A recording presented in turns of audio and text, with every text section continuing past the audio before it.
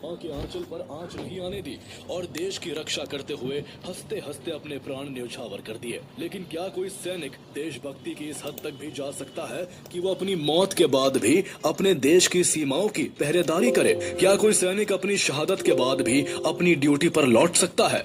ये सवाल किसी को भी अंदर तक झकझोरने के लिए काफी है। लेकिन कमाल की बात यह है कि ये कोई कल्पना या सुनी सुनाई कहानी नहीं, बल्कि वास्तविक घटना है जिसे इंडियन आर्मी भी सच मानती है। भारत चीन सीमा की उन पहाड़ियों पर जहां हर सांस बर्फ की तरह ठंडी और हर रात मौत जितनी लंबी होती है, वहां आज भी उस शहीद सैनिक की प्रेजेंस महसूस की जाती है। उस शहीद सैनिक के साथियों का विश्वास है कि जब भी नाथू ला पर कोई सैनिक अपनी ड्यूटी से मुंह मोड़ता है या फिर नींद की झपकियां लेता है, तब वो शहीद सैनिक जोरदार चांटा जड़कर उसे झकझोर कर उठा देता है। हैरानी की बात यह है कि चीनी सैनिकों ने भी इंडिया चाइना बॉर्डर पर उनकी प्रेजेंस को कंफर्म किया है। ये कहानी है भारत के लेजेंडरी सोल्जर बाबा हरभजन सिंह की, जो मौत के बाद भी अपनी ड्यूटी निभाते रहे। और हैरानी की बात यह है कि इसके लिए उन्हें सैलरी भी दी जाती रही।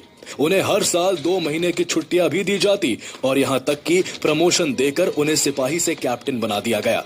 आर्मी के नियमों के मुताबिक करीब 38 साल की ड्यूटी के बाद उन्हें साल 2006 में एक जीवित सोल्जर की तरह रिटायरमेंट भी दिया गया। बाबा हरभजन सिंह का जन्म 30 अगस्त 1946 को पंजाब के सरदारपुरा गांव में एक साधारण किसान परिवार में हुआ था। 1947 में पार्टीशन के बाद सरदारपुरा पाकिस्तान का हिस्सा बन गया, इसलिए हरभजन सिंह का परिवार भारत आ गया और भारत के पंजाब राज्य के कपूरथला में आकर बस गया। उनकी अपब्रिंगिंग ग्रामीण ट्रेडिशंस के बीच हुई, जहां हार्ड वर्क, ऑनेस्टी और डिसिप्लिन हर घर की पहचान थी। उन्होंने अपनी प्राइमरी एजुकेशन अपने गांव के ही एक स्कूल से पूरी की और फिर आगे की पढ़ाई के लिए उनका एडमिशन डीएवी हाई स्कूल में करवा दिया गया, जहां से मार्च 1965 में उन्होंने 10वीं की परीक्षा पास की।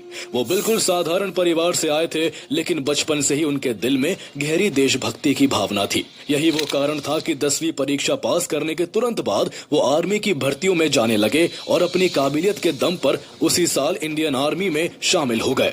30 जून 1965 को उन्हें कमीशन मिला और सिपाही के तौर पर उन्हें 14 राजपुताना राइफल्स में शामिल कर लिया गया।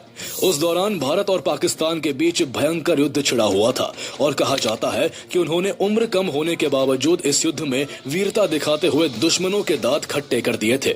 उनकी बहादुरी को देखते हुए उनका ट्रांसफर 23rd पंजाब रेजिमेंट में कर दिया गया, जो सिक्किम में भारत चीन के सीमा पर रहकर देश की सुरक्षा करती थी। हरभजन सिंह को नाथू ला पास पर पोस्टिंग मिली, जो इंडिया और तिब्बत को जोड़ने वाला एक रिमोट और स्ट्रेटेजिक